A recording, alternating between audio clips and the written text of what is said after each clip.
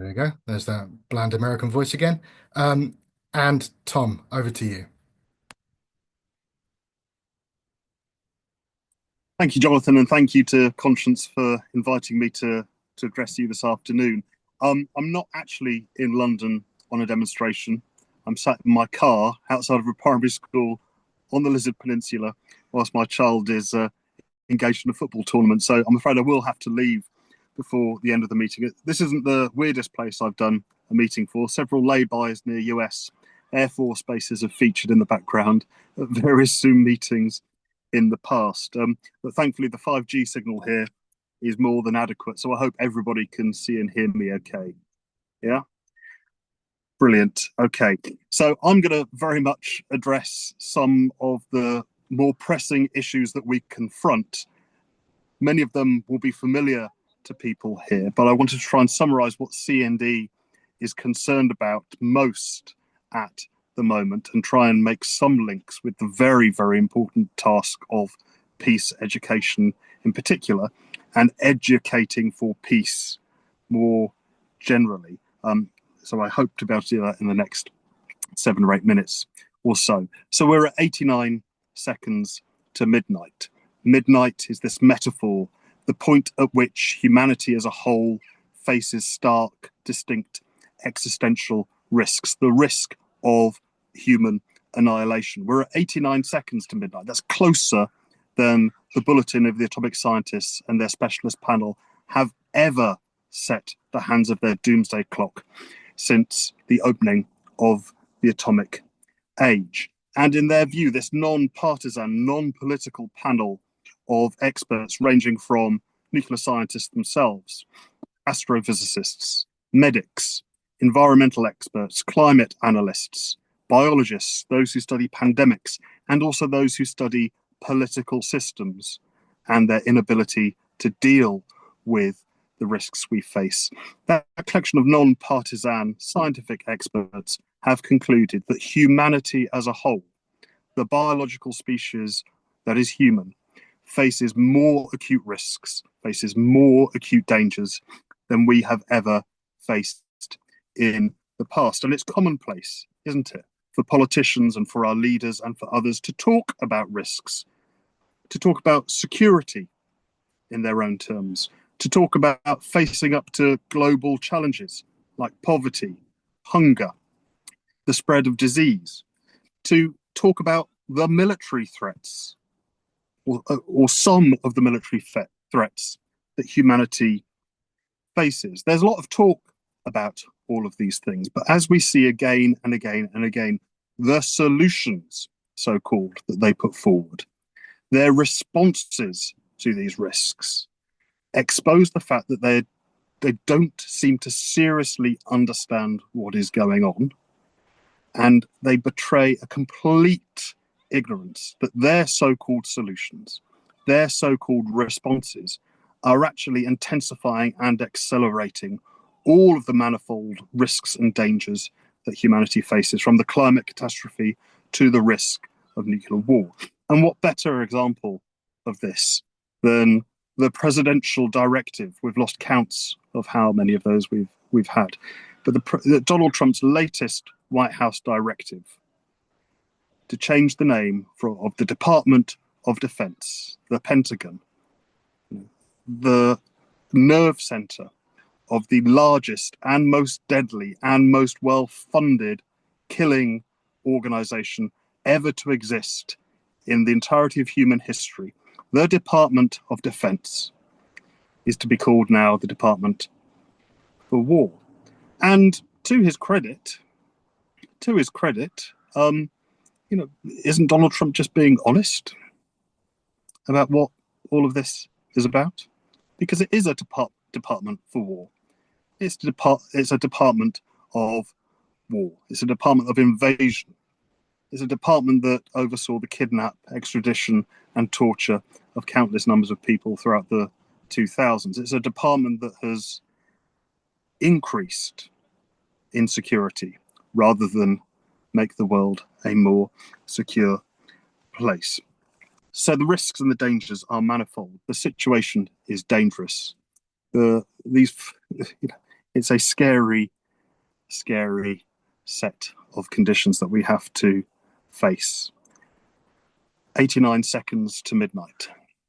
But for all too many people, midnight has already arrived, and it's been arriving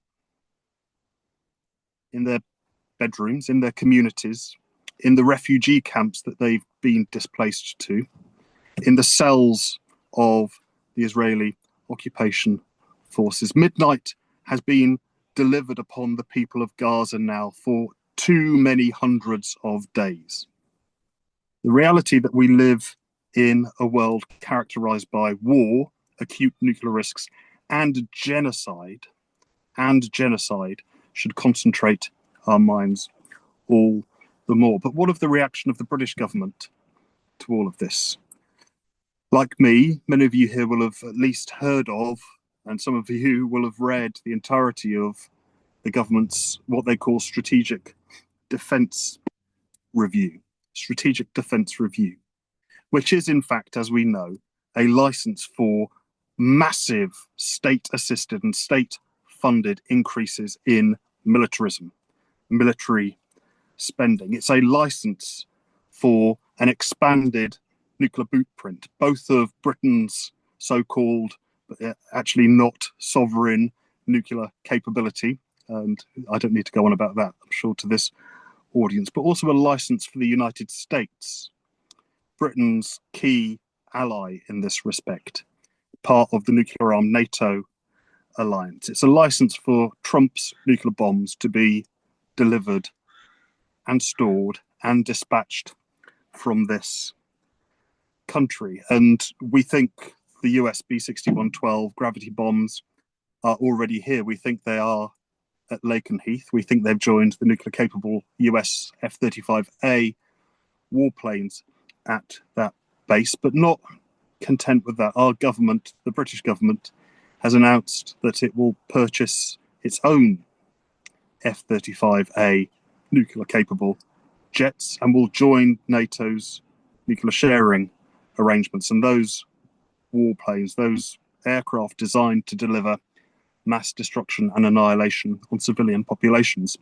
will be based at RAF Marham, not that far to the north of Lakenheath. And on the 20th of September this year, just in a couple of weeks, CND and friends, including the Lakenheath Alliance for Peace, will be at the gates of Lakenheath once again to demand the truth, to demand accountability and democratic scrutiny of the fact that Trump's nuclear bombs are here without the consent of taxpayers and voters, or in fact anybody who lives in this country. But we know that militarism and the massively increased militarism that we've seen under this new government and indeed under previous governments is intended for one thing. Just as the Department of Defence has been relabelled the Department for War, the Ministry of Defence in Westminster could more reasonably be called the Ministry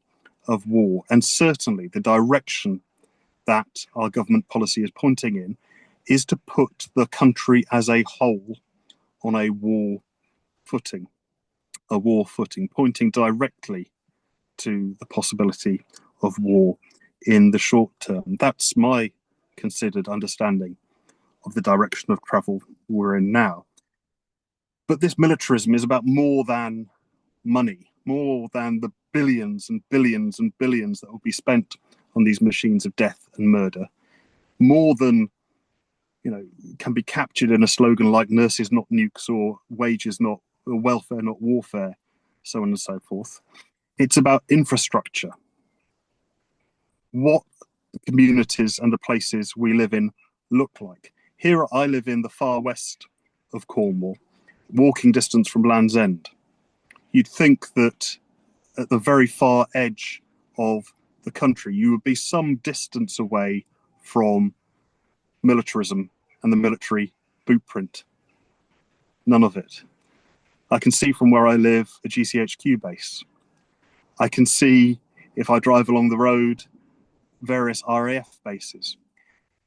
not so many miles away from where my child is engaged in a football tournament, there is an RAF base. There is a Royal Navy base, the headquarters of their air fighting capability, where they test drones, where they develop drones, all the better to kill, murder, and maim. But it's about more than money, and it's about more than infrastructure and what we see and how that affects our daily lives. It's about society as a whole. And when Starmer, in his introduction to the Strategic Defence Review, said, none of this will work unless we all work together, what he was talking about is, he used the words a whole society effort.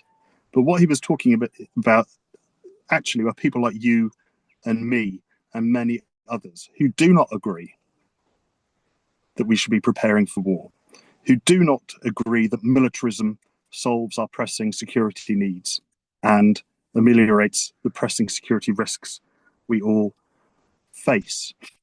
And it signaled a society-wide effort from schools, from public libraries, from what we see on television, what we read in the newspapers, the conversations that are had in the pub or in the cafe or wherever else. It's about shifting the whole of society, a society-wide shift towards preparation for war and militarism. And to my mind and to C&D's mind, the wave of racist demonstrations actually up and down the country is part and parcel of this process. You need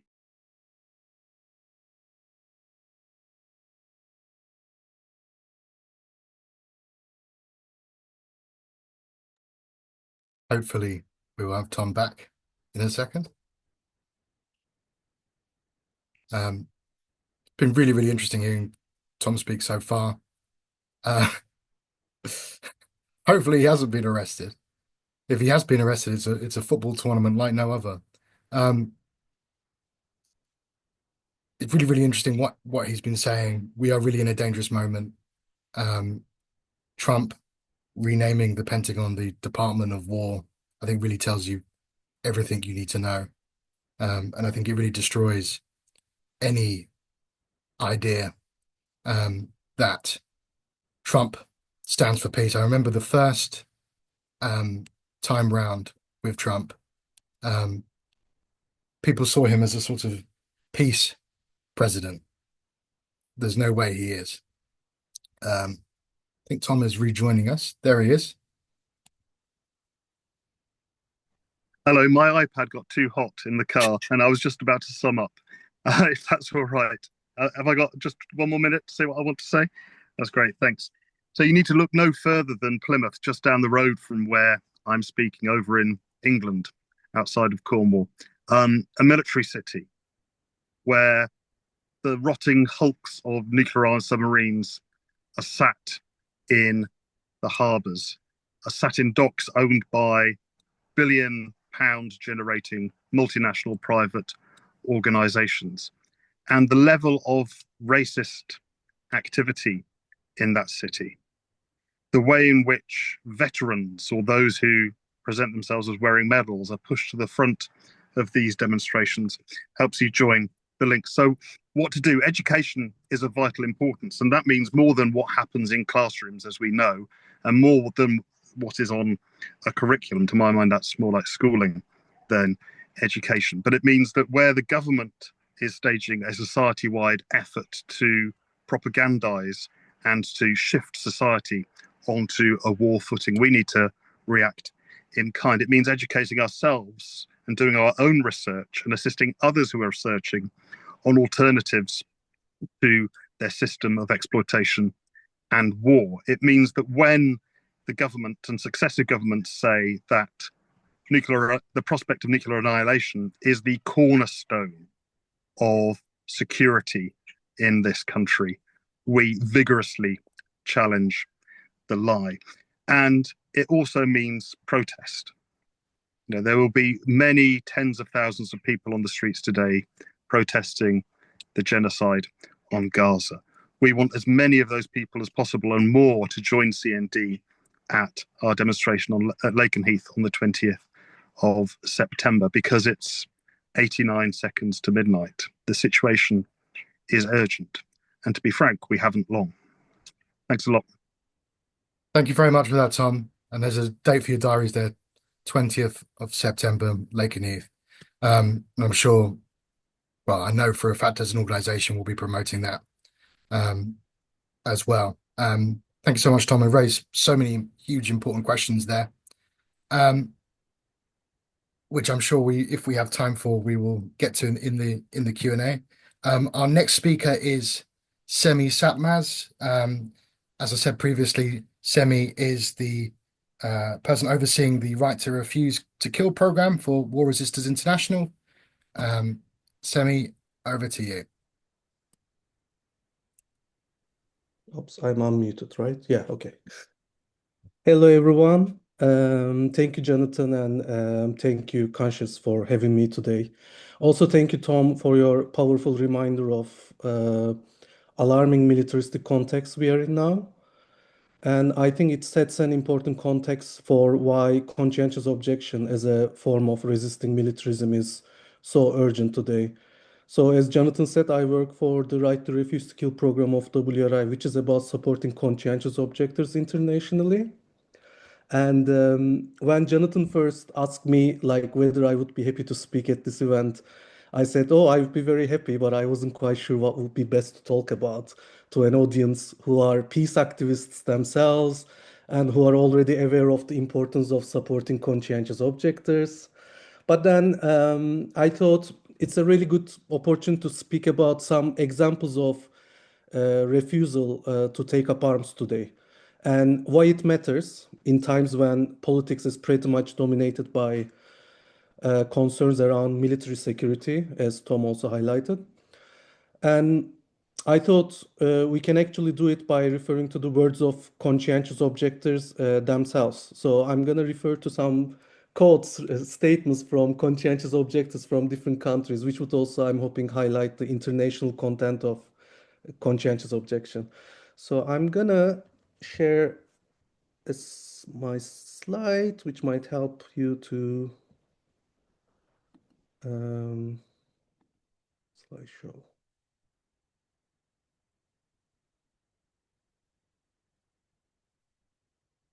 I think you see the slides, right? Okay, perfect.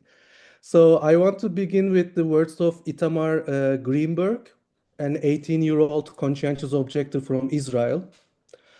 Itamar, who spent 197 days in military prison for his refusal to take part in the occupation, the genocide in Gaza, says, "My refusal to serve is a moral choice, but also a political one.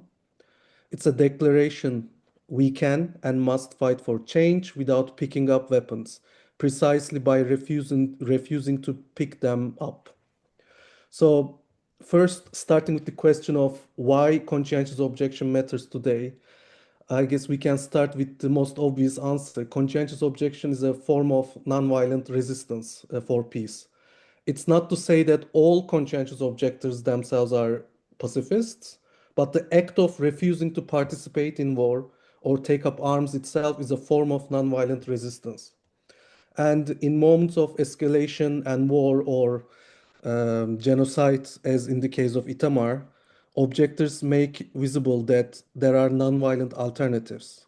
And refusing is itself a form of nonviolent resistance, as it's shown by the refusal of many CEOs in Israel today, as well as elsewhere that we will mention.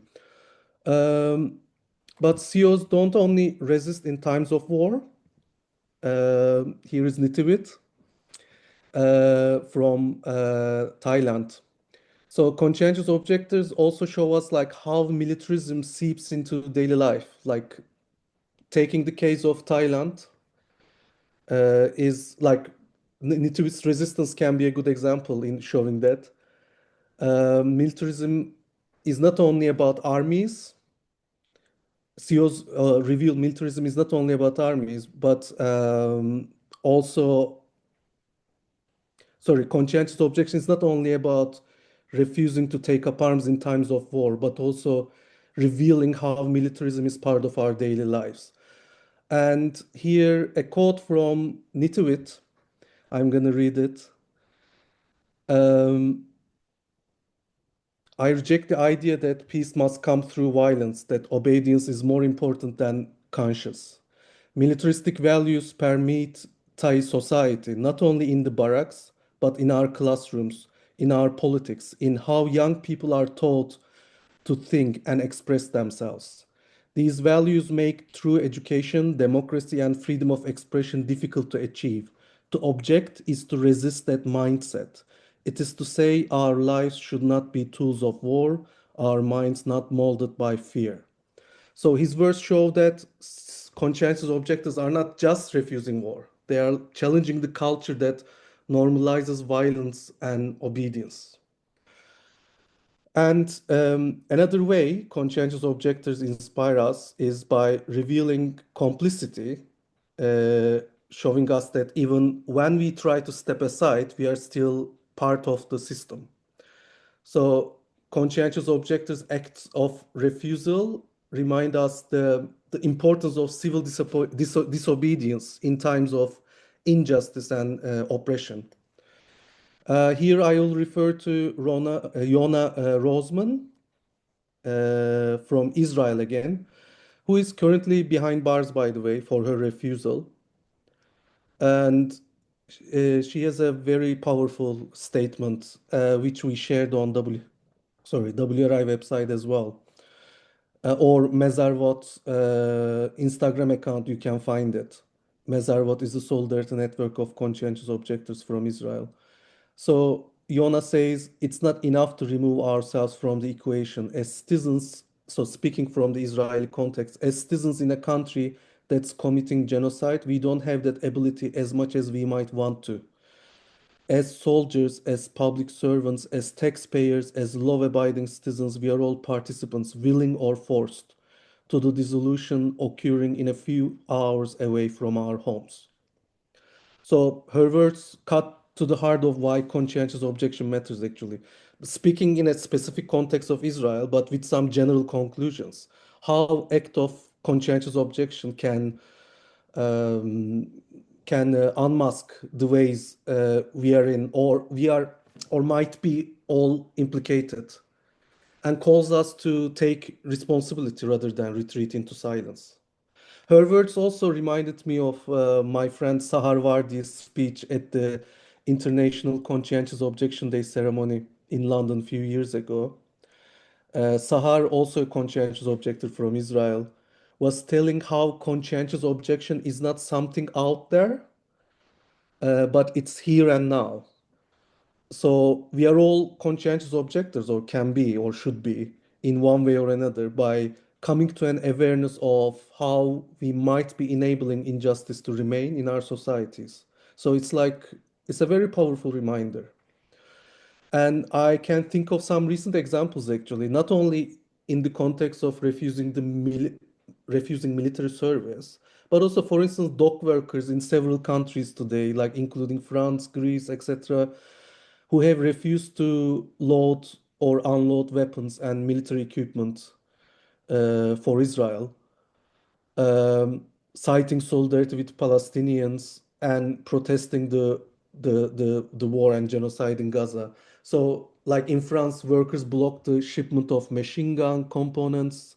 In Greece, dock workers again refused to handle a ship carrying military grade steel to Israel. So these are all very inspiring examples of how actually conscientious objection is a form of civil disobedience that we it's not only about like CEOs out there, but it's about our daily practices too, that can implications on our daily practices too.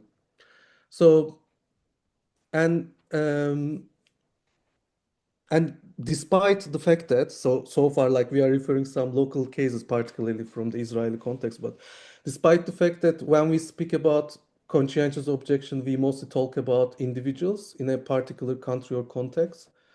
It's actually more than that. It's very international. CEOs are in most cases highlight international solidarity and our collective power in the face of injustices and militarism we face today. So I'm going to refer to a conscientious objector from Turkey, İnan Maysaru. İnan says Inan has been a conscientious objector for so long time, and he's one of those conscientious objector being persecuted by the Turkish state by being sort of, how do we say it, civil death, by being exposed to conditions of civil death. And but he stands as a conscientious objector. He stands solid in his resistance to militarism, and he says, from Palestine to Myanmar, from Ukraine to Sudan, wars continue to destroy lives, cultures, and futures. We stand in solidarity with all those affected by the horrors of militarism in their lands. Conscientious objection is not just a personal right; it's a global act of resistance against war. So I find this very inspiring for myself as well, like motivating in a way, like conscientious objection. Obviously, we support the individual rights, human rights of conscientious objectors, but it is considering the context we are in now, particularly that Tom very well uh, talked about before. Um, it's an act of resistance, and it's a global act of resistance. It's very international. And many conscientious objectors movements today in many countries that I work with, they value the international content component of conscientious objection, refusal, and usually linked with other movements as well. Um, so, and I'm gonna refer to an example from South Korea. Uh, we work with an organization called World Without War very closely. And World Without War started as an organization mainly supporting conscientious objectors, but now very actively, for instance, campaigning against the arms fair in Seoul, ADEX Arms Fair, and organizing lots of solidarity, transnational, international solidarity events with other activists from different countries, not only in relation to CO, but other fields as well. So it starts as supporting conscientious objector, but it becomes bigger than that. So that's quite um, inspiring, I think. So these are, by the way, I forgot to mention, these are most of them are statements that we collected as WRI on the International CO Day this year. And so conscientious objectors from different countries, I asked them whether they can share their motivation to resist. And then they send lots of very interesting many conscientious objectors, I mean, from different countries, send lots of interesting statements which are on our website. I'm gonna share the links after this presentation. So Kim Min Young from Korea, South Korea, adds another dimension, the power of collective voices. So we talked about the international component, but also like how collective, it's an individual resistance, it's a civil disobedience in a way, like uh, it's an individual act of resistance to war, but also how collective it is. And Kim says conscientious objection is not simply an individual's choice, but a powerful cry and action for peace and human rights. When our voices are gathered as one, they can create a greater echo. Witnessing the courageous activities of each of you in your respective places and the many people who have quietly continued their conscientious objections in South Korea for a long time, I too was able to decide to object. So it's like CO movements inspire across borders as CO movements inspire each other, and and and I think other issues in relating to other movements within the peace movement, uh, like from campaigning against arms trade to uh, today more climate justice, etc. Many examples we can find in the resistance of conscientious objectors. Like inspiring one another, but also inspiring, I think, anti-militarist activists more generally to take action on other fields as well. So, um, so these are just some examples, like showing us why con conscientious objection matters today. I wanted to include some statements from different CEOs, and um, but obviously this is just very brief coverage of like some examples, and there are multiple ways of uh, multiple issues conscientious objectors highlight in their resistance, in their refusal. And so we can't cover them all, but we can cover the question of solidarity. Um, so about solidarity, I think the whole, like I talked about the international component of conscientious objection and how it's about solidarity. It's itself is about solidarity as well. And it's empowering for us, for conscientious objectors, to organize, um, how to think about organized solidarity in practice.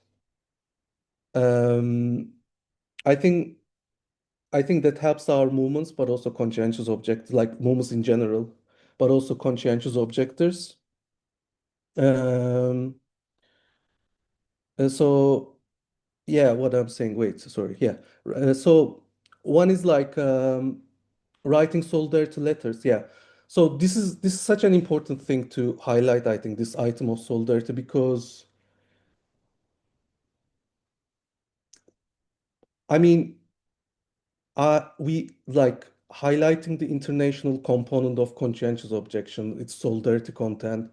As I said, it's empowering for all our movements, generally speaking. So it's empowering for us as well to write a solidarity letter to a conscientious objector, but also it's extremely helpful and important for the conscientious objectors themselves as well. So this, we get multiple examples of feedbacks from conscientious objectors. We organize on 1st of December Prisoners for Peace Day. So there are multiple conscientious objectors in prison now. And at WRI, we try to document this as much as we can and organize solidarity for them. And one way of it, so coming to the practical part, so writing solidarity letters, which is a concrete example is a CO alert that we circulated recently. For a CO alert, conscientious objection alerts at WRI, we do it when a conscientious objector is in urgent need of solidarity. There is a recent one. I will also share the link in the chat box later. It is a call for solidarity for these three conscientious objectors in Israel, in prison at the moment, in military prison. Um, Writing solidarity letters to them, remind them that they are not forgotten. It's very isolating experience to be in prison, and they are not alone. And it's extremely empowering for them, also for us. And so another thing in what solidarity would mean in practice is campaigning for their protection. Many conscientious objectors, like those from Russia and Ukraine, call for the recognition of their right to asylum and protection. It's crucial we support people refusing to fight by demanding their protection, either in the case of supporting their asylum or in their local contexts, like such as pressuring the local authorities, writing to the local authorities who might have power to end their prosecution. Again, if you subscribe to our conscientious objection alert system, which I will share again after, you can receive emails as such, calls for solidarity emails as such, and you can be part of these processes of protection for CEOs. Another way of solidarity is amplifying voices, sharing their words, as we are doing today, ensures their resistance is not silenced. Share conscientious objector objectives' worth as much as you can on social media, within your networks, etc. It's very crucial for these young people from Israel, for instance. They have amazing, not amazing, I mean, it's amazing is not the word, but like very powerful statements on the injustices, on the genocide, on the horrible consequences of what's going on in, and then how inspiring it is that they are refusing to be part of it. Um, and finally, another way of solidarity is like reflecting on resistance, reflecting on conscientious objectives resistance.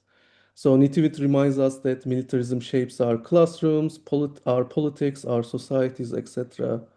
And also, as I mentioned, like Sahar in her speech mentioned, like how conscientious objection is not something out there, but it's part of our, it can be part of our daily life. So it's kind of like very, I think it's a very concrete way of showing solidarity with many conscientious objectors today in many parts of the world.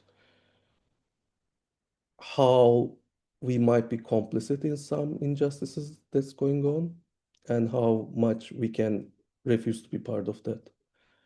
So conscientious objectors today in Israel, in Thailand, in Turkey, South Korea, Cyprus, and beyond remind us that conscience is stronger than war.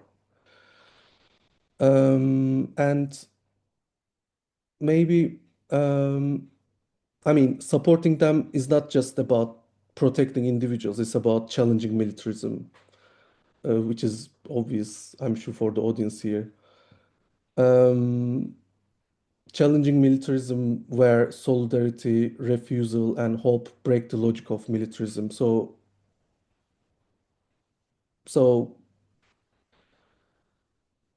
I'm actually like I can't really add much except Halil's words. Halil is a conscientious objector from Cyprus. He's also a poet, and he puts in the most poetic way why conscientious objection and supporting conscientious objectors matter today.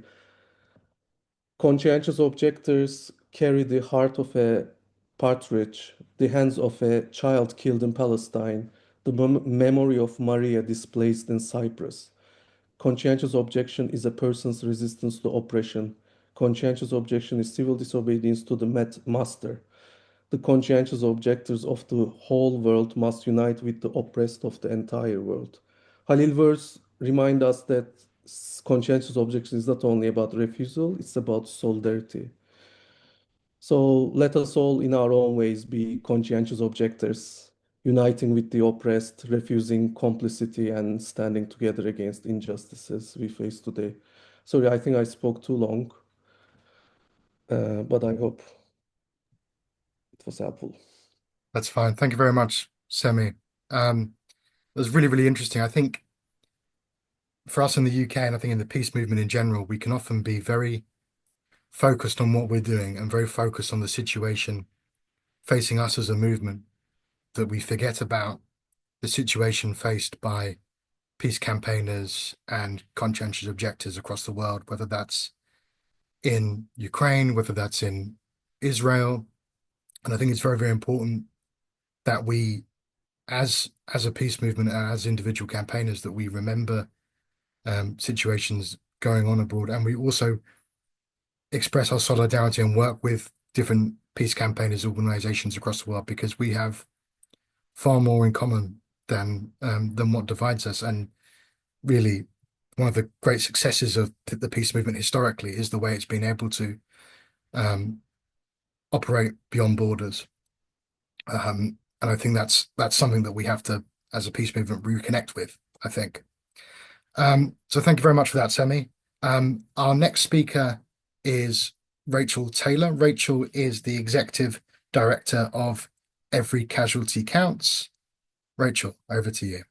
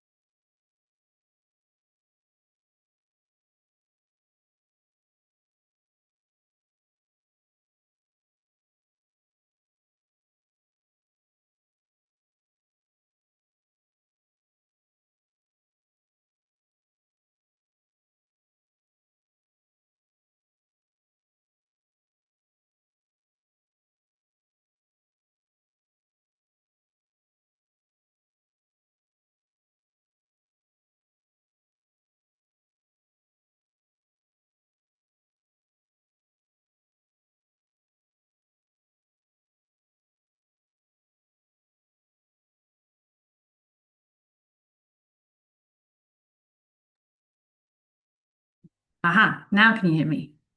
Yeah. Okay, I had that moment where I felt like no one's responding to me, but it's always the tech. Okay, brilliant. And can I get a thumbs up if you can see the screen share as well, the slides? Yes, brilliant. Okay, cool. So as Jonathan said, I am the Executive Director of Every Casualty Counts. I'm really excited to be here today. I worked a long time ago at the Quaker UN office in Geneva, which, as you will all know, is very active with War Resisters International, Conscience and Peace Tax, all the rest of it. So it's good to be back in touch with all of these organizations and people collaborating with them. So I'm going to talk today a little bit about casualty recording and how that relates to peace building. And in short, for those of you who don't know what I'm even talking about already, casualty recording is the process of documenting individuals who've been killed in armed conflict, documenting them specifically as individuals, named individuals, not just numbers and statistics. So if anyone's feeling brave, I was going to ask if they wanted to put in the chat, how many people do you think were killed in armed conflict last year? And I'm thinking about people directly killed by violence, not by the reverberating effects in terms of famine or destruction of services. Is anyone willing to give that a go?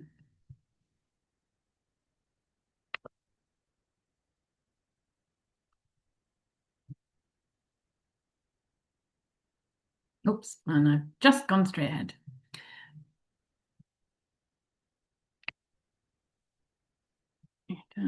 10,000, okay, nope. Anyone else? Well, you can see now, 50,000, getting closer, 1 million, that's depressing, no. No, so 500,000, 80,000. So what you think you can see from this already is that there's a huge variety of what people think. Most of you extremely off the mark. So last year, the number of people killed in armed conflict was around 150 to 200,000. And that's important because it's very different from what most people think it is. So if you look at this graph, you'll be able to see, depressingly, that the trend since 2011, the start of the Syrian conflict, has gone up a lot. If you're very eagle-eyed, you'll see that I've taken 1994 out of the chart because the death rate that year, because of the Rwandan genocide, was so far beyond the normal realms. It was more than 16 times the usual annual average, that it totally destroys the pictures, the graphs, the statistics, and the analysis. So having a look at this, what you can see is that between 1989, which is when consistent records began, and 2011, the average death toll in a year was about 57,886 people from armed conflict each year. Since 2012 until 2024, the average is 143,480 per year. So it's more than double what the long-term average is. But the interesting thing is, despite what this graph is showing you, is that people don't kill people. It might seem like a bit of a contradiction given what you're looking at,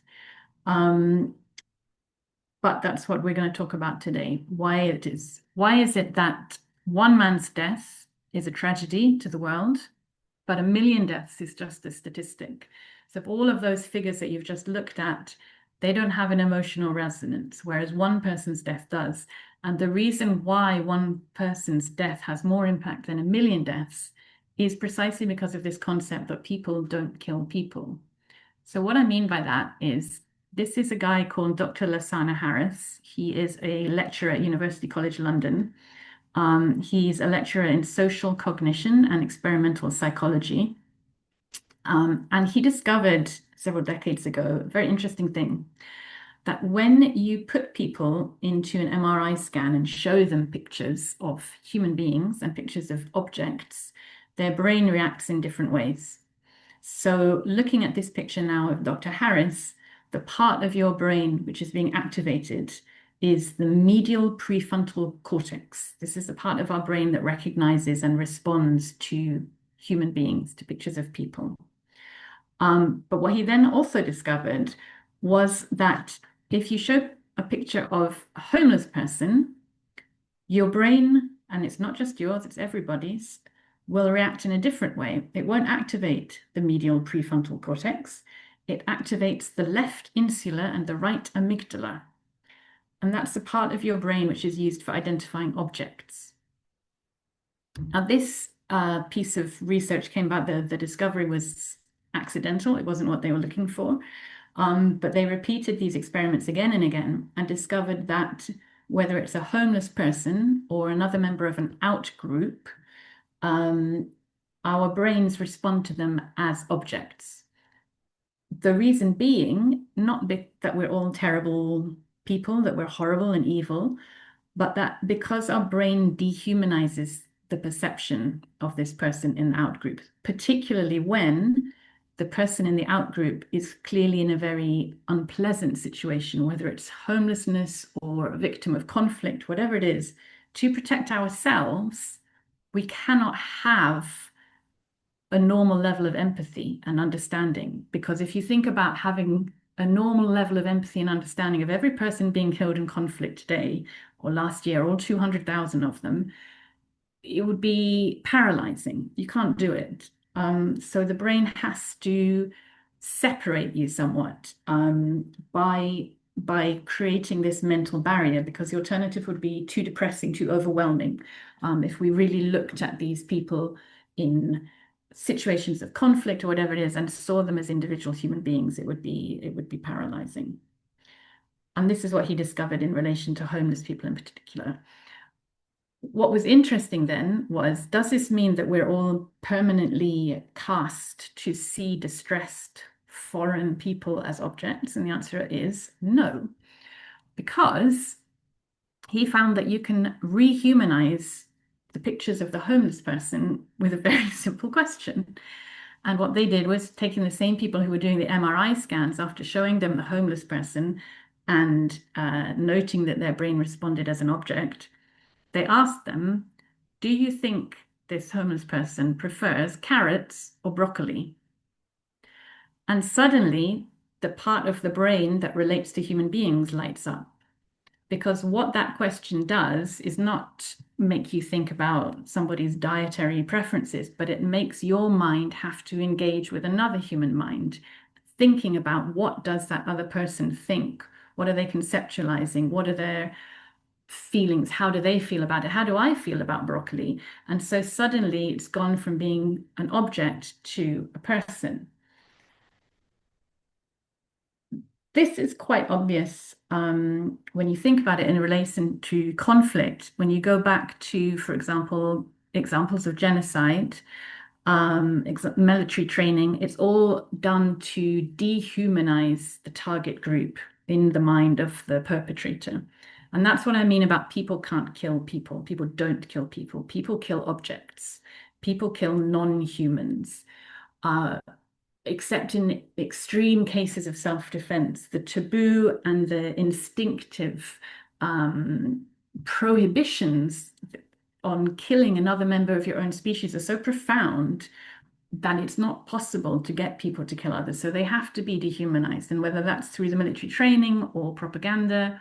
So looking back, for example, at what happened in Nazi Germany or in Rwanda in 1994, the Jews were rats, the Tutsis were cockroaches, the Palestinians today are savage animals, whatever it was the MP said. That is not coincidence. This is deliberate. This is deliberately making the target group non-human in order to be possible to kill them. So if dehumanization makes it possible to kill, then rehumanization would have the reverse effect. It would make it difficult to kill, it would put back those obstacles and make it much harder for people to accept and to be involved in violence. And whereas we need to, at some degree, protect ourselves emotionally from the horrifying pictures that we see on the news and what we know is going on around the world, the problem is that that goes too far. And so whether it's military training, political statements, media representations of the other, of asylum seekers, of jihadis, quote unquote, we've gone so far in this sense of dehumanizing whole groups that it makes it possible either to actively kill them, or, as Semih was saying just now, to be part of a society where you might not be active and you might not even be willing, but you're still part of this system that makes it possible. So at Every Casualty Counts, what we do is we work with organizations around the world. You can see some of the countries' locations highlighted on the map. We work with about 70 different organizations at the moment who are documenting victims of armed violence, whether it's a war, a genocide, some other form of widespread human rights violation.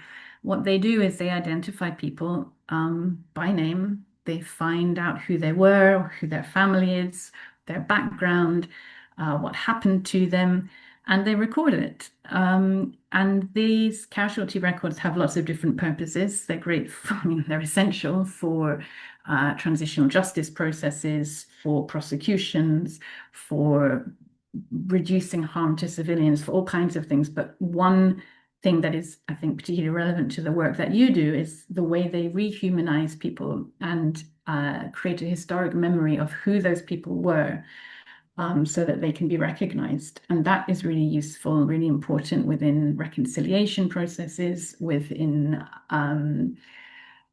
community peace building exercises. This recognition that what has happened affected actual people and not statistics, and that communities on all sides have suffered huge losses, genuine, personal, deep losses.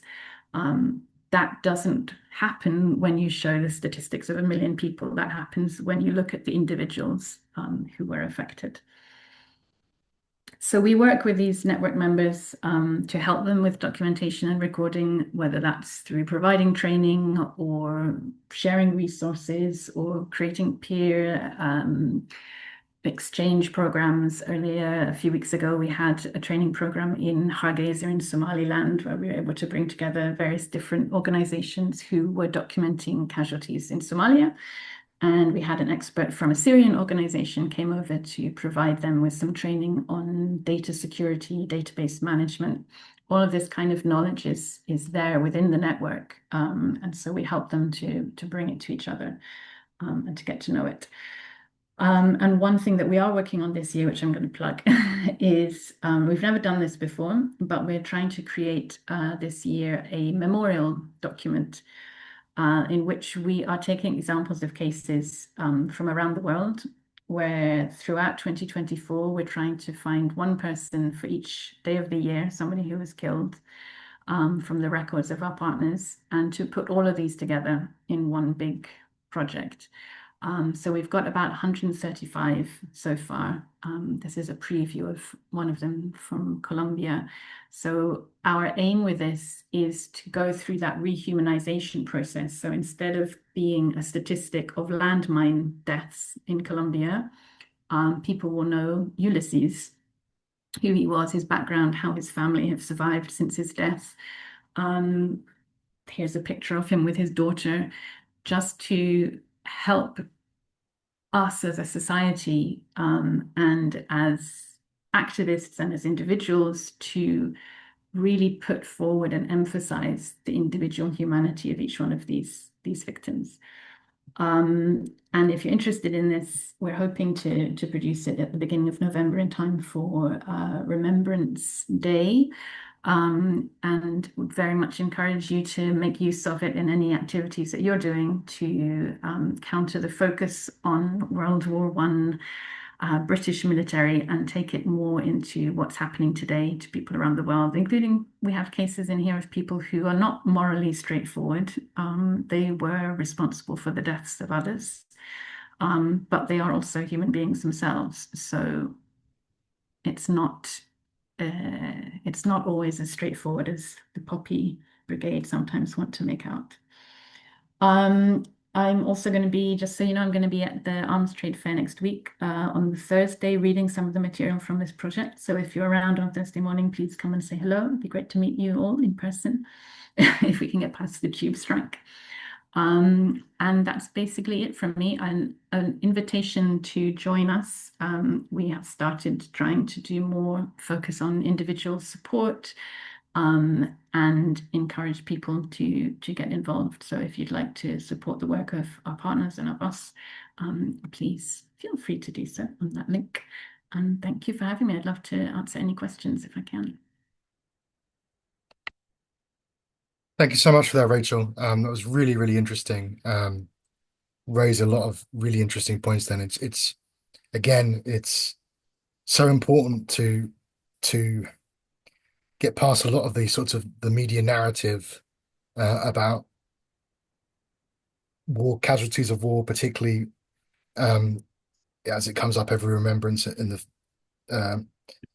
First World War and the Second World War, and also to ensure that we're humanizing every casualty, regardless of where they're from. I'm now going to speak on behalf of Conscience, and then we will break into a short Q&A section. Can everyone hear me okay? Yeah. So most of you, I think, will already know about Conscience, so I'm just going to sort of do a very, very quick run through. So Conscience effectively stands for redirecting our taxes away from military spending towards peace building. And as an organization, we are rooted in the principle of conscientious objection, but very much focused on the modern angle of taxation, the way that our taxes are used to fund military spending. We believe as an organization that our taxes should fund peace and peace building instead of war. Now, as I said earlier, the title for this meeting was Peace Education, or is Peace Education in a World of Conflict? And I guess you could ask, why is educating for peace so important? Why is it important? And it perhaps can also sound sometimes like a very, very vague notion, or even a very idealistic notion. But the reality is that public attitudes shape public spending. And you see this all the time.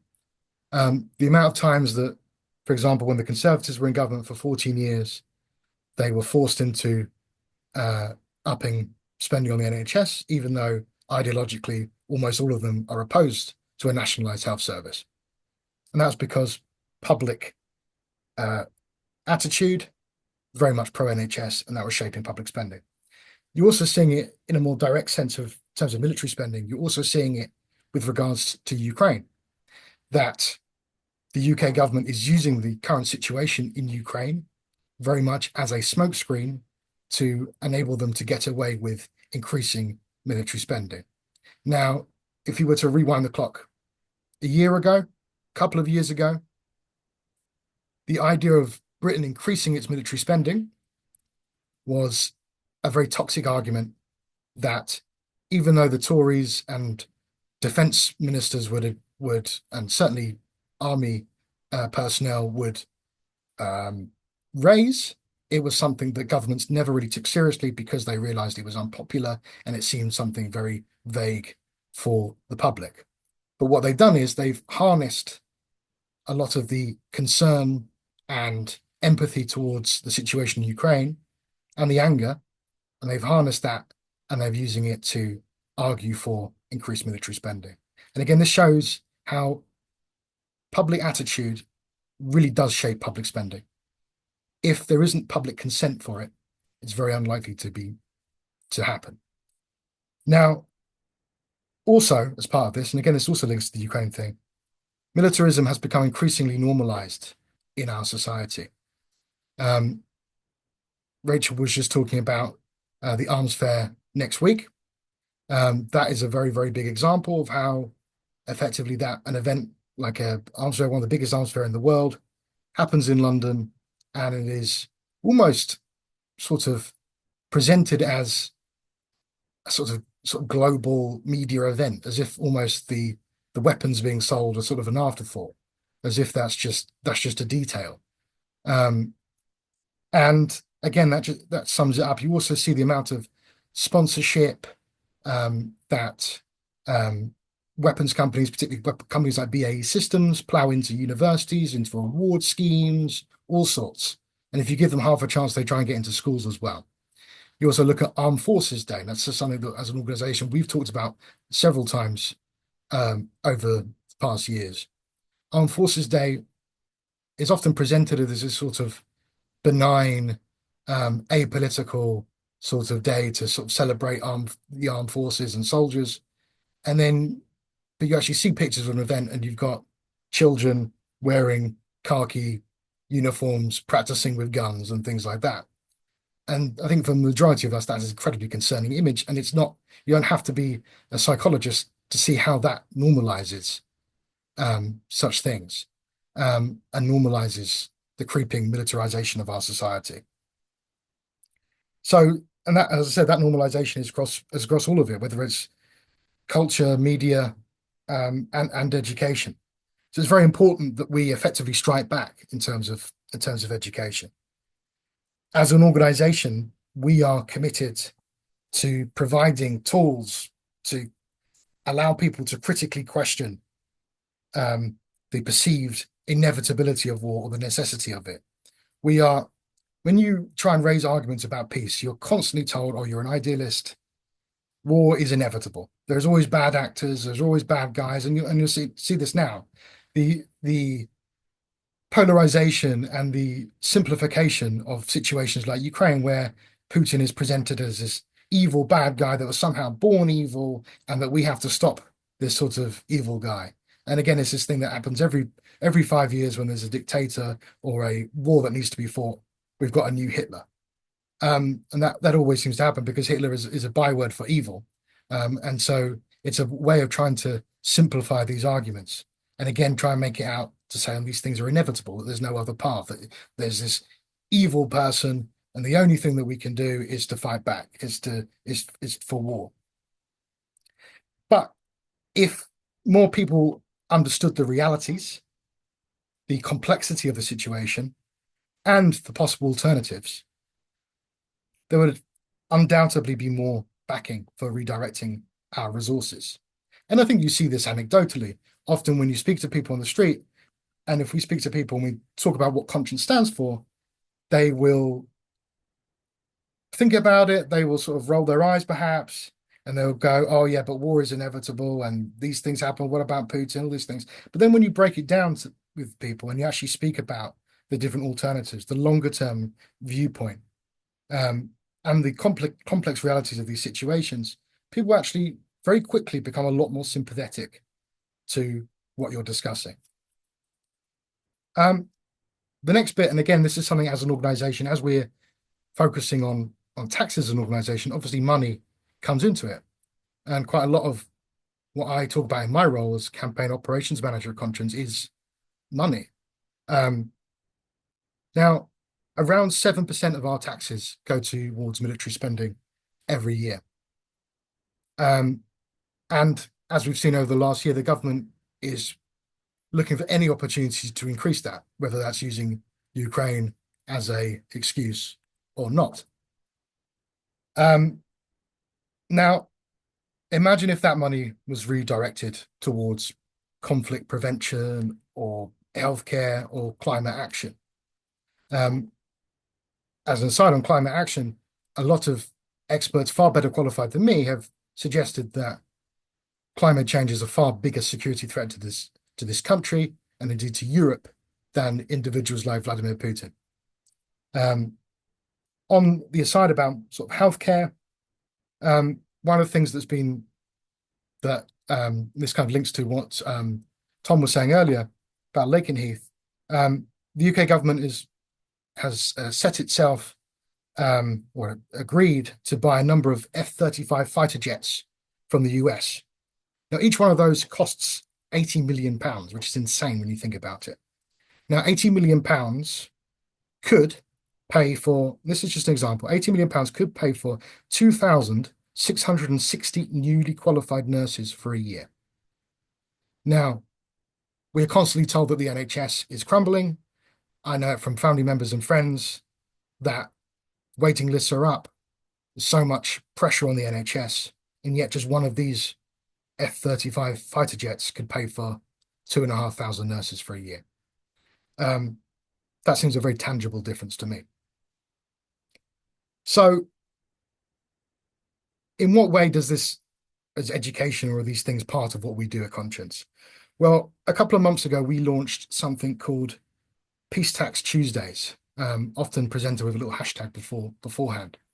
And that's for sort of a campaign across social media to really raise awareness about the issues that we campaign about. Whether that is where our taxes are going, whether that is the history of conscientious objection and the peace tax movement. We have also, over the years, produced a number of fact sheets produced by our education worker, Karen, who unfortunately isn't on this call today, as she's ill, but she's done a lot of work on producing fact sheets on different elements of conscientious objection, whether that is to military taxation or whether that's the history of conscientious objection of the First World War and the Second World War. And I please implore you to check on our website. Faye, maybe you could put a link in the chat for the education resources and fact sheets that we have. They're really, really useful. And we're also promoting those as much as possible online at the moment. At least once a week, we're sharing one of those fact sheets, and we're keen to circulate those resources as much as possible. So if you want to share them, or you know somewhere that would like to perhaps have physical copies or whatever, please let us know. For all our work, we are both looking forwards, but we're also connecting to the long tradition of conscientious objection in this country. We've been in discussions with a relatively well-known celebrity of late. I'm not going to say who that is, for their privacy's sake, and just in case, depending on what happens with that. But that celebrity raised a very interesting point about how this country has a history, a tradition of conscientious objection, and in some ways something that we can be proud of in being one of the first countries to represent conscientious objection. Obviously, as an organization, we are constantly looking at achieving legislation that will recognize people's moral right to object to paying the military portion of their taxes. And that takes the form of a peace tax bill. And that's something that we've worked on since the organization was created. It is the cause of the organization. And obviously that's taken many different forms over the years. And one thing that I think we've realized, and in some ways it may sound like complete common sense now, but it's something that perhaps took us longer than it should have done to realize, is that the only way that a peace tax bill will gain traction is if the public are not just aware of it, but can imagine what the alternatives look like, and that those alternatives are visible. And that is something that we are fundamentally focused on at the moment in terms of increasing our visibility as an organization, increasing the visibility of our calls, and ensuring those discussions are happening. One point I would make, though, is that, and this kind of ties into what I was saying about the government trying to use Ukraine as a smokescreen to increase military spending, is that when the Russian invasion of Ukraine started, and when the conflict in Gaza started, when Israel first launched its attack in Gaza, it was very, very difficult to have these conversations. It was very, very difficult to have conversations with parliamentarians. It was very difficult to have conversations, even sometimes with people in the peace movement, who were quite scared of going on the record about things, quite scared about alienating people, because they realized there was a lot of sympathy for Ukrainians, and they really didn't want to effectively alienate other people. So a lot of people were sort of scared of getting involved in these sorts of debates and avoiding them. And we particularly found that as an organization with politicians and celebrities and people in the public eye. But what we've noticed is that certainly in the last 6 months to a year, that has really, really shifted. whether that is because of how long the situation in Ukraine has gone on for and the actions of certain actors like Donald Trump, whether that's particularly the genocide in Gaza, and the way Israel has conducted itself, those conversations have changed. And now people who weren't even in the peace movement, or who were perhaps naturally more reticent to get involved in these things, are now very happy to have these conversations and feel very, very emboldened to have these conversations. So for being a difficult situation where having these conversations was very, very difficult, we're now in a situation where we are having these conversations more readily. So that gives us hope. Even though militarism is on the rise, there is hope there. People are increasingly talking about peace, and we need to match that. Educating and advocating for peace sometimes sounds very abstract, but it's really not. And we need to ensure that it isn't. We need to ensure it is about visibility and providing alternatives. Now, obviously, if this has resonated with any of you, please get in touch with us, get involved. We'll be unveiling something shortly, which is a sort of avenue for you to get involved in further, which we'll mention a little bit later. So thank you very much. My mouth is getting very, very dry now. So we're going to open up for Q&A. So if you have questions for myself, for Rachel, for Semih, unfortunately, Tom did leave us. But if you have questions for the three of us, please feel free to raise your hand or write something in the chat. And we will answer. Thank you.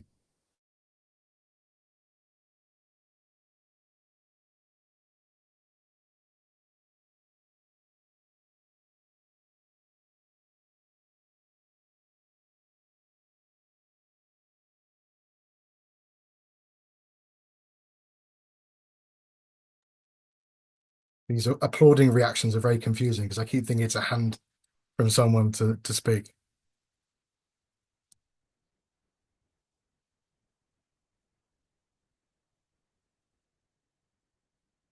I'm very surprised that nobody has any questions or comments, or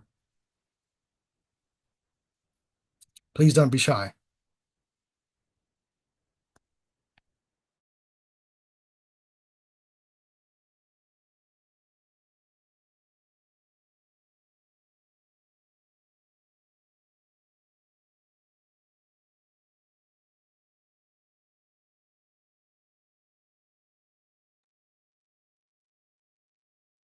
We'll give people 30 more seconds to... Oh, Monica, you have your hand up. Thank you. I wanted to thank all the speakers, first of all. I hope you can hear me. And I feel that particularly the points that Rachel was raising in her explanation about everywhere casualty counts, about how politicians and the military dehumanize people. It's a very important one to get across, because I don't think the general public are really aware of how much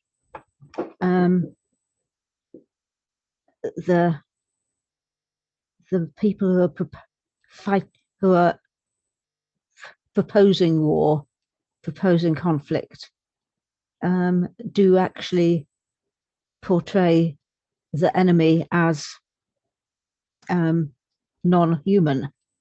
I know that I've come across this before, and I know there are lots of examples of, I think they've seen examples from the States of the Viet Cong being portrayed as cockroaches or something. But I think the general public, I suspect, would be shocked if they realized how much that goes on. And I think one of the powerful messages we can perhaps put across, and this relates also what Semih was saying about conscientious objectors, is to point out that these are people. That the people who are getting killed are people.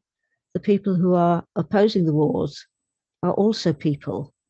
They're not enemies of the state, or whatever the Russians like to call their conscientious objectors. And I just wonder whether there's more that we can do in highlighting how the media and publicity mechanisms can be used so negatively to portray other people as not people. Thank you.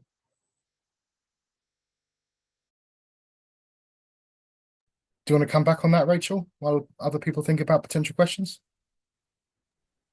Sure. Thank you, Monica. I mean, it absolutely it is the point. It was interesting. Before I was in this role, I used to work on anti-military recruitment stuff, and through I got to know a young man who had been in the infantry. And I don't know, maybe I'm naive, and this is obvious to all of you. But I was really surprised when he told me about the language that was used. And he said, never once, he was in Afghanistan, I think, for about 6 years. He said, never once was I told, kill that man or even shoot that man. I was always told, take out that target. And he said, no Afghan was ever called a man or a woman or a child. They were just targets.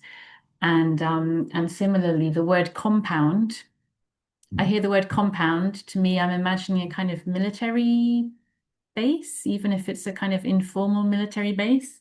Apparently not. He said any house of a suspected Taliban member was a compound. You know, it could be an ordinary little house, just like you or I live in, just the suspected target and their family, but it was called a compound because telling someone go and bomb that house is a bit difficult. Bombing a compound, that's fine.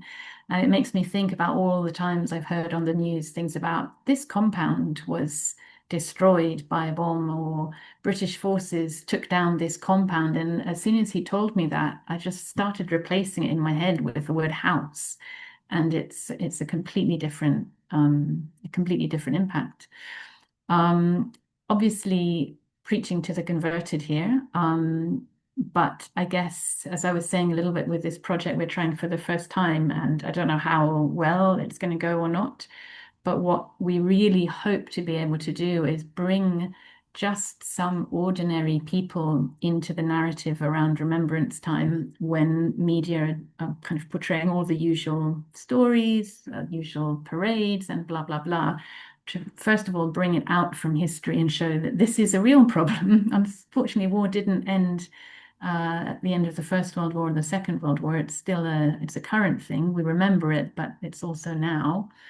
And as I've put together a lot of these stories, reading about these individuals, it is very striking. You know, I obviously think of myself as a fairly enlightened and liberal person, but just reading about how similar all of these people are to me, to my life, wherever they are, whatever the circumstances they're living and dying in, you know, their kids like the same Pokemon characters that mine do, and the women have the same issues with their husbands as I do, and all the rest of it. And it's a really different perspective. So hopefully that will be picked up a bit, because I think getting that through without overwhelming people with tragedy and sadness, but just making it that little bit more difficult to kill another being by realizing that they're a person. I think if we can do it, I think it will make a big difference.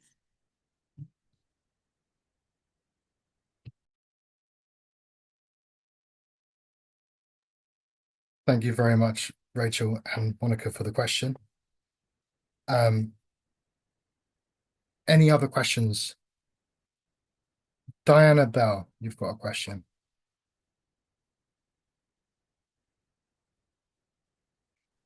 Hi.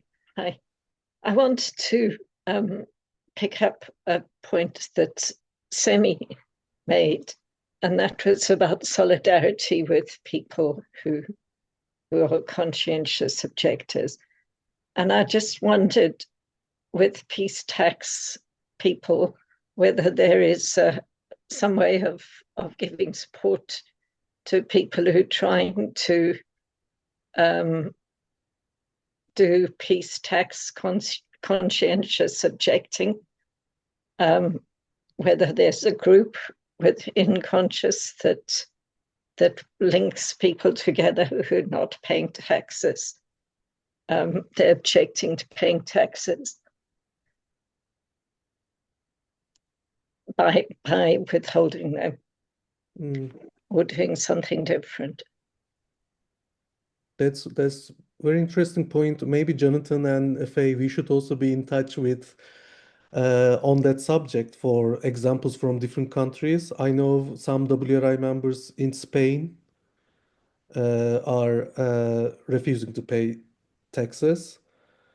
At WRI, as form of like a resistance, we were refusing to pay. We were refusing to pay, and HMRC knocking our door, and then so that continued for a while in the UK. We tried to do, but then we were like, it wasn't sustainable. We couldn't continue. But in terms of connecting with other countries, I think that was mainly your point, like people from different places who might be doing peace tax resistance, right?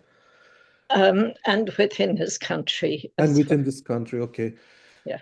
Yeah, I would leave it to Jonathan probably, but I think that's a really interesting point that we can keep in touch with Conscience from WRI office, that with examples, maybe like trying to get connect the examples from different countries.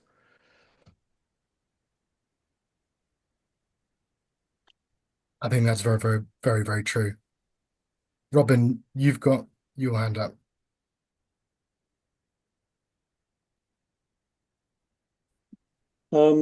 Yes, that's an interesting question, because we used to, in 2003, a number of us suddenly sort of decided to withhold our taxes because of the Iraq situation. We did form an email group. There wasn't any real internet then, I don't think. It was an email group, and that was very helpful to people who are war tax resistors, sort of moral support. And of course, it did in the end give birth to the Peace Tax 7, taking a case to the High Court to get the law changed. But I think some sort of communication thing for people who are actually withholding tax, I think it's a very good idea. We ought to do it.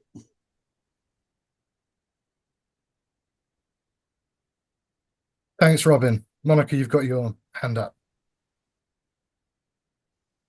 Yes, I thought I'd just add to that. Most of you will know I'm actually on the Conscience Executive Committee, and I've been on it for a long, long time. And in the past, we have done our best to support people who withheld their tax. And indeed, we are still happy to support them. We can't actually encourage people to do so because we don't want to get into too much trouble with the law. We don't want to become branded as terrorists. But there's information that we have got about the practicalities, the implications, and the experiences of others over many decades. So if people are interested, they can contact the Conscience Office, where Faye and Jonathan will do their best to help with sharing information. And there would be no reason why those who are thinking of doing so couldn't set up. I mean, it occurs to me that WhatsApp might be an appropriate mechanism for those who are actually or who are thinking of withholding their tax to share information, thoughts, feelings, concerns. The other thing, and I thought Robin might have mentioned it, is that there's a international organization, Conscience and Peace Tax International, which has, it's not an organization, it's a sort of umbrella, and it doesn't have members, but there are groups, particularly in Germany, where Networks Friedensteuer is very active, who are supporting conscientious objectors to military taxation. They're the most active. there's a list on the Conscience website. I'm not completely sure it's 100% up to date, but particularly for people who are wanting to get involved with fiscal conscientious objection, withholding their taxes, there are organisations outside the UK. There are 2 in the States. Again, we can provide more information. Thank you. Thank you, Monica. Any further questions? Paul Rayner, you've got your hand up. Going back a bit, I'd like to ask Rachel, how do you cope yourself with seeing all the details of all these individuals who have been killed? That's a good question. Some days and weeks are harder than others. I do have to have a break sometimes. There were some cases I was working on recently which were very, very difficult. I have to say also in some ways I find it quite positive, like the goriness. I try to remove as much as possible or stay away from as much as possible. But actually, I've been working on these 150 cases so far, and because of the process of editing and accumulating it, I really feel like I know each one of them. Like I've got a spreadsheet and I recognize the names and I know who they are and I remember this one is this and this one is this.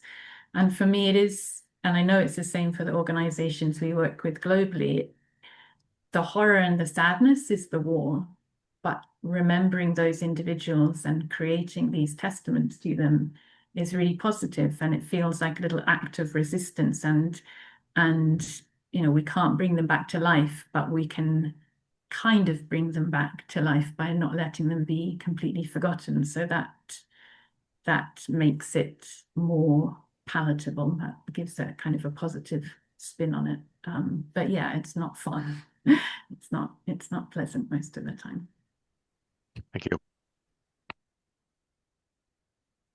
Okay, you've got a question. I just want to thank all the speakers. You all have given me food for thought, and it really made me think differently about how we talk about peace, war, and resistance. And Rachel, I don't want to put you again on the spotlight, but what you said about how the brain literally stopped recognizing a homeless person as human, that really stayed with me. And I think a lot of us working in peace activism, we struggle with that same challenge. We are often stuck between overwhelming statistics and emotional detachment, especially when we are trying to talk to the public about military spending or UK foreign policy. So I wanted to ask, someone asked something similar on the chat, but I would like to hear your view. How can we as a peace movement use rehumanization more effectively? Are there ways to help people actually connect with the human cost rather than tuning it out?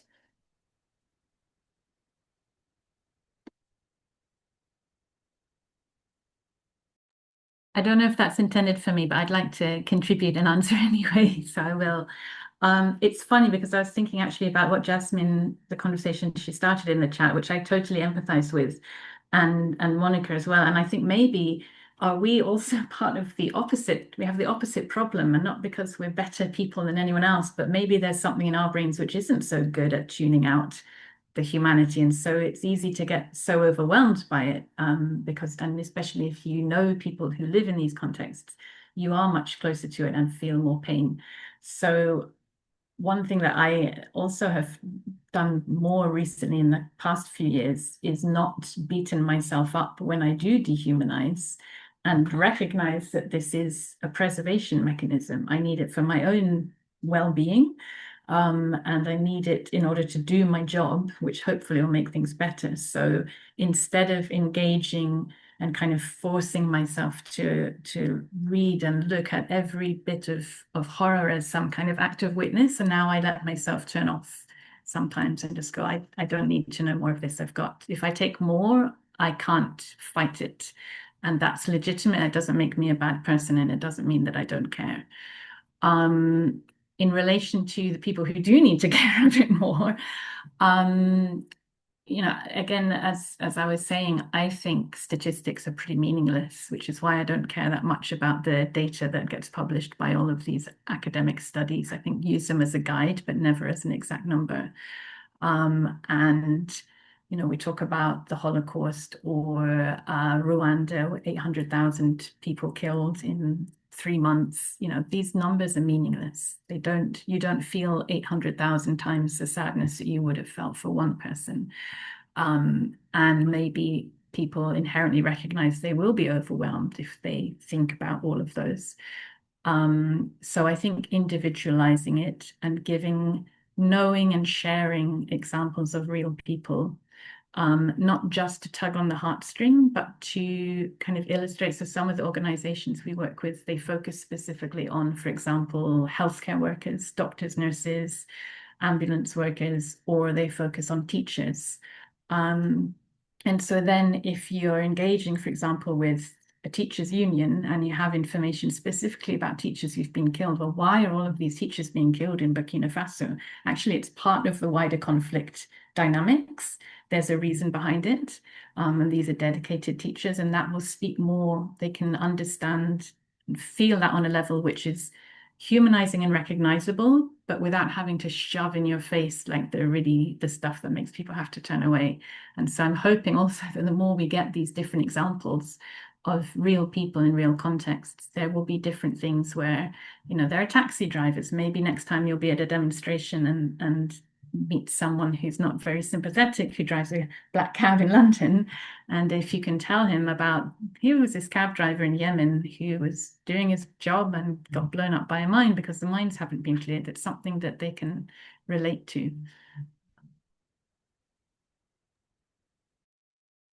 That's amazing. Thank you very much, Rachel and Faye, for the question.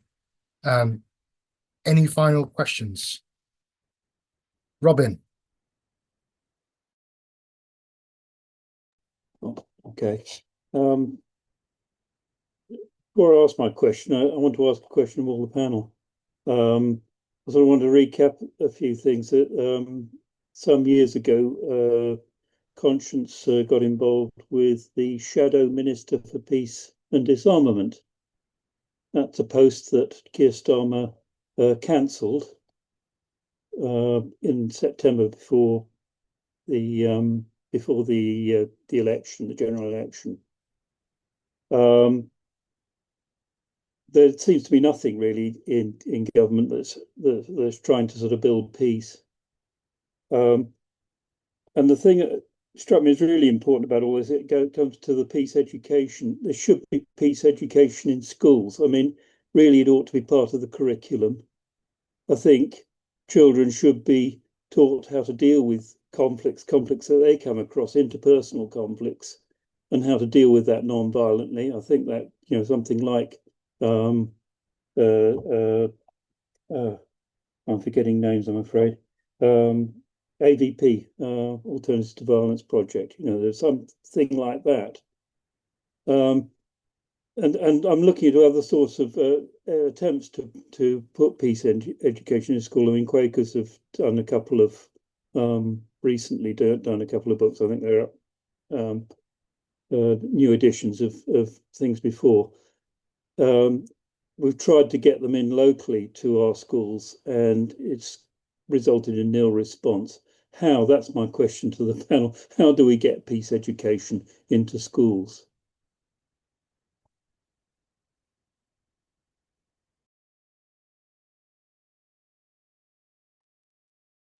I'm happy to answer this as well, to give an answer for this. I'm sure both Rachel and Semih will have their own answers as well. I come from a slightly strange perspective in that I used to be a teacher, so I kind of know the reality of how schools work and sort of the other end of it, so to speak. And also the time which I was teaching was just at the time shortly after, well, a couple of years after Prevent had been, the government sort of anti-terrorism or anti-radicalization strategy, prevent, I should say that in quotation marks, was implemented. And it was certainly also just after it sort of been beefed up for the first time. We're actually now talking about beefing up a whatever third, fourth, 999th time. And it became very, very difficult to get anything without speakers, resources into schools. It became very, very difficult. I remember when I was teaching, I was a history teacher and trying to get a speaker to speak about actually about conscientious objection in the First World War. And it was very, very difficult because anything that can be seen as overtly political, sorry, not even overtly, anything that can be seen as in any way political is deemed, oh no, you can't have that in school. And also these days with social media, etc., it's these things sort of spread very quickly, and you will get angry parents sort of accusing you of brainwashing their children. So it's very difficult, certainly when in that way. I think one of the things the way that I approach it when I was teaching, and one of the ways I still approach it is about providing resources to help people, particularly young people, apply critical thinking to these issues. And often it means that we have to sometimes, and I think as actually piece we're actually very good often taking the politics out of it, or at least taking some of the political elements out of it. I think one of the issues is that then we are assumed that we're not doing that. And I think that's something that we have to be wary of, that often we are sort of mistrusted before we've even done anything. So I think we always have to lead with the sort of educationalist emphasis and the emphasis on fact and perspective. My view has always been, if you present the facts, people will, and you present the facts fairly, people will develop their opinion based on that. And very often it will be the right opinion based on the facts. But it is, as Robin has suggested, it's an incredibly difficult thing. And as an organization, and I've spoken to several other peace organizations that have struggled with it as well, it's a lot easier, I think, with universities, obviously because you're dealing with adults. I think there are less sort of moving parts to an extent. But I think schools in general, that is very, very difficult. Sometimes it can be relationships with individual teachers, but again, it's often those teachers that are then putting themselves under pressure or potentially putting themselves in the firing line if there's anything negative comes from it. So that was quite rambly, but if other people Rachel or Semih may have a far more erudite response. Diana, you've got your hand up.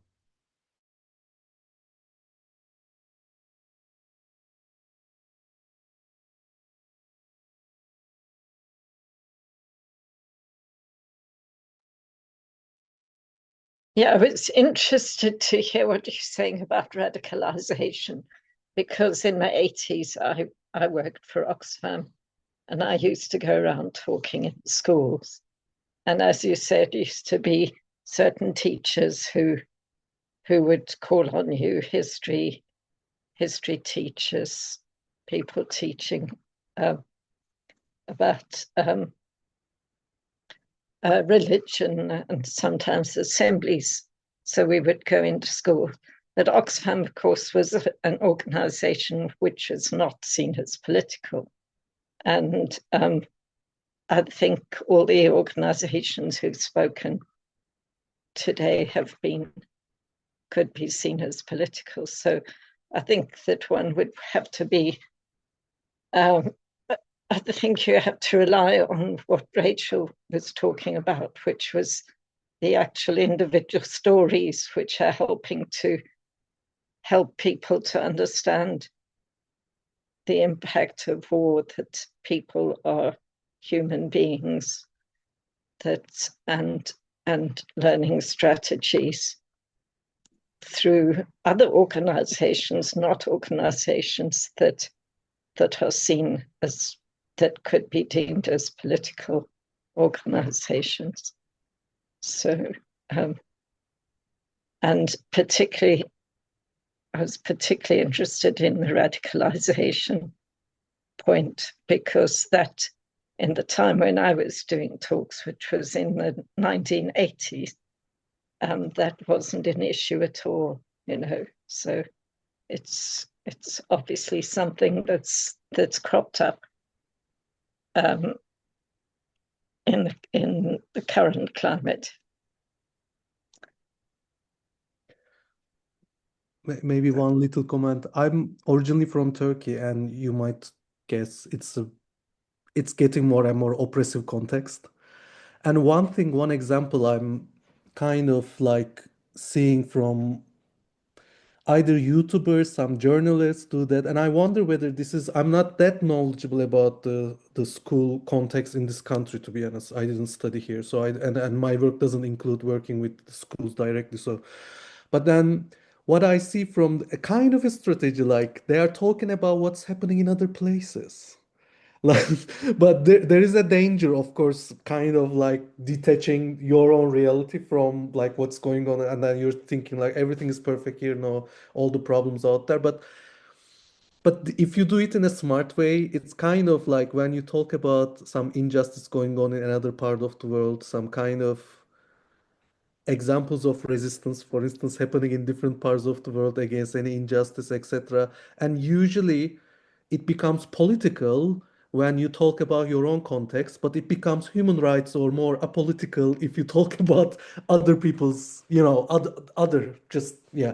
So it's kind of like I can see that it's becoming maybe, yeah, maybe I'm mistaken in my observation, but this is something I realized, like people talk about other contexts almost in a symbolic way, like how things are horrible in Turkey, but it's difficult to say it now out loud. So so I wonder whether that might be one angle, like in the context of when it's political, because I understand schools might be like, oh, it's a political content, we don't want it. But then no, we're talking about human rights in somewhere. I don't know, it's just a brainstorming now, but like that's something, there's a strategy that people in Turkey is activists using more and more. I really like that, Semih. I think it's an incredibly accurate sort of distinction or point, because the amount of times where it's sort of seen as sort of mainstream or completely justified for people to talk about human rights abuses in Russia, for example. But then if you want to debate the UK government or and the pretty much all of the opposition parties wanting to leave the European Court of Human Rights, then that would be political. So, you know, uh, it's always very, very much very hypocritical. That's, I think, is quite a good avenue, Semih. So thanks for pointing that out. Any final questions? Faye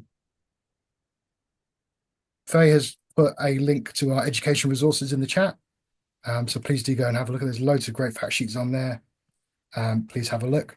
Before we finish, I'm going to hand over to Monica, who is going to unveil something very interesting for our supporters.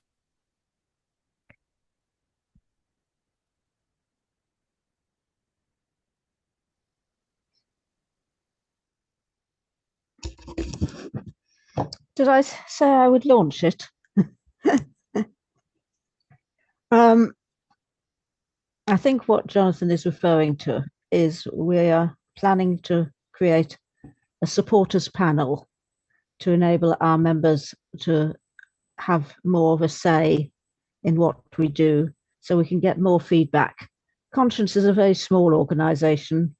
We've got 3 members of staff. There's Faye and Jonathan, who are with us today. There's Karen, who has been writing and producing our educational resources, which you can find on our website. And we've got a few stalwart members on our executive committee. But we know we've got very loyal supporters. They give us money regularly. They are, I believe, responding to Jonathan's what is it? Peace Tuesday campaigns.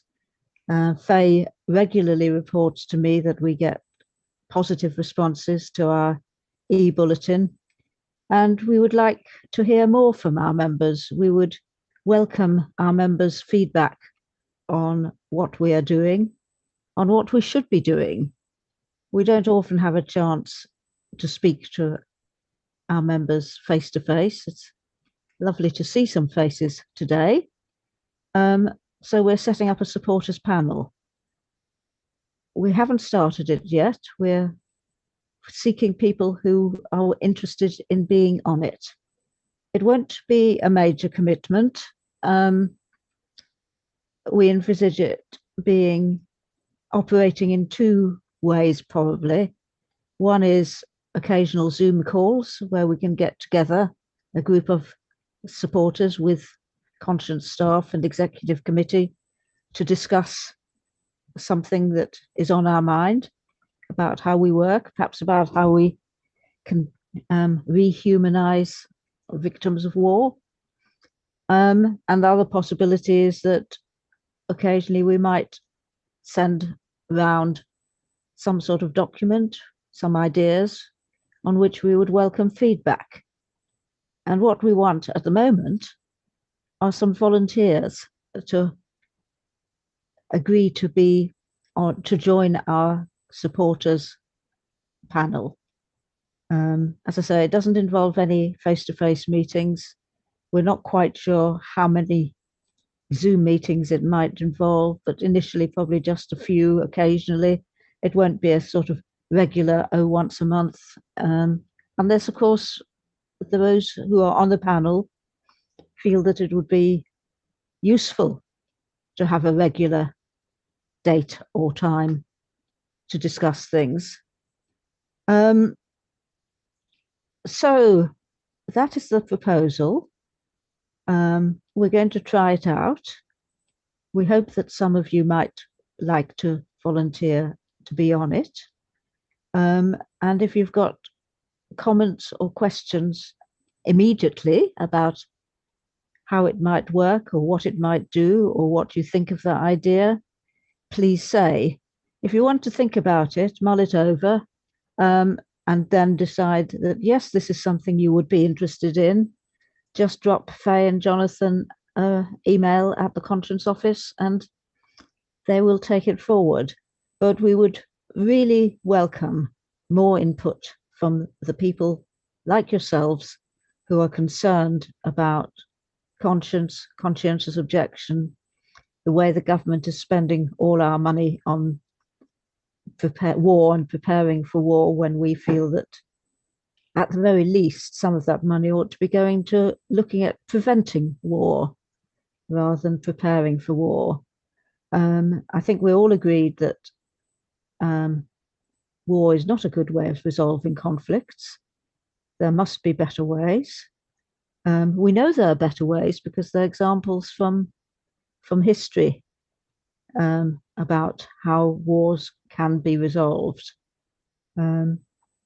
So that is the proposal, the Conscience Supporters Panel, launching now. Do raise your hands if you want to make any comments. Otherwise, we look forward to hearing from you. Thank you. Thank you very much, Monica. You'll see in the chat that I've just said that if you are interested in joining, obviously there's nobody has to make a commitment now. If you want to join or want more details, please do email us. The best email is campaign@conscienceonline.org.uk. We will get in touch with you there. I think it's also important to stress, as Monica did, but to stress that it's very much an informal commitment. It's not something that you agree to do and then you're going to be stuck doing it forever. If you want to turn up for a meeting and decide it's not for you, that's fine. But we obviously hope that we can then, by doing this, have a core group of supporters that are having a huge impact in our activities and future plans, and allow us to be more effective. The reality is the organisation is growing, and the organisation's engine isn't growing, and we need to grow that with it. The apparatus, so to speak. So we'd be really, really delighted. We've already had a couple of emails, e-bulletin. We've had a couple of emails as a result of that, which is great. Obviously, we'd welcome any more. So as I say, yeah, if you're interested, feel free to say so in the chat or to email us on campaign@conscienceonline.org.uk. I think Rachel has left, but I'd just like to thank her, although she won't be able to hear this, but thank her and thank Tom earlier. And Semih, you're the only one standing, so thank you so much, Semih, for joining us. Thank you very much. Thank you, everyone, for having me today. Yeah, Okay. it's very nice to meet you all. Yeah. I'm not going to pat myself on the back. I will say the other three speakers Definitely. were wonderful, and it's been really, really enjoyable hearing from them, and really, really enjoyable to hear from some of you in the call as well. And hopefully we can have more meetings like this going forward. Please, check our website, our education resources. Keep in touch with us if you're not receiving our e-bulletin. Sign up for that on our website. And again, if you're interested in the supporters panel or want to get involved in any way, please don't hesitate to email us on campaign@conscienceonline.org.uk. Monica. I would like to add that one of the things that I think the supporters panel is likely to be discussing in the near future is how we wish to take forward our our Education for Peace program.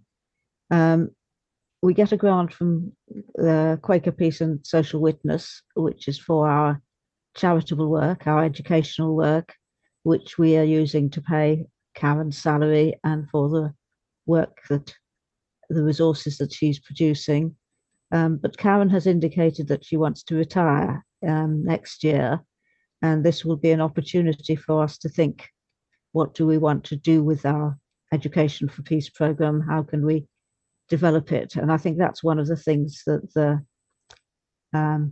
supporters panel is likely to be asked about, and it would be very interesting to have your views on that. Thank you.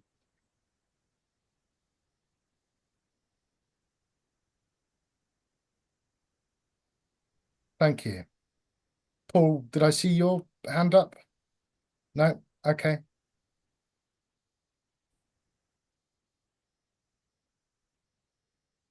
Thank you very much, everybody. I did tell our speakers that we would finish no later than 3, and we've just about done it.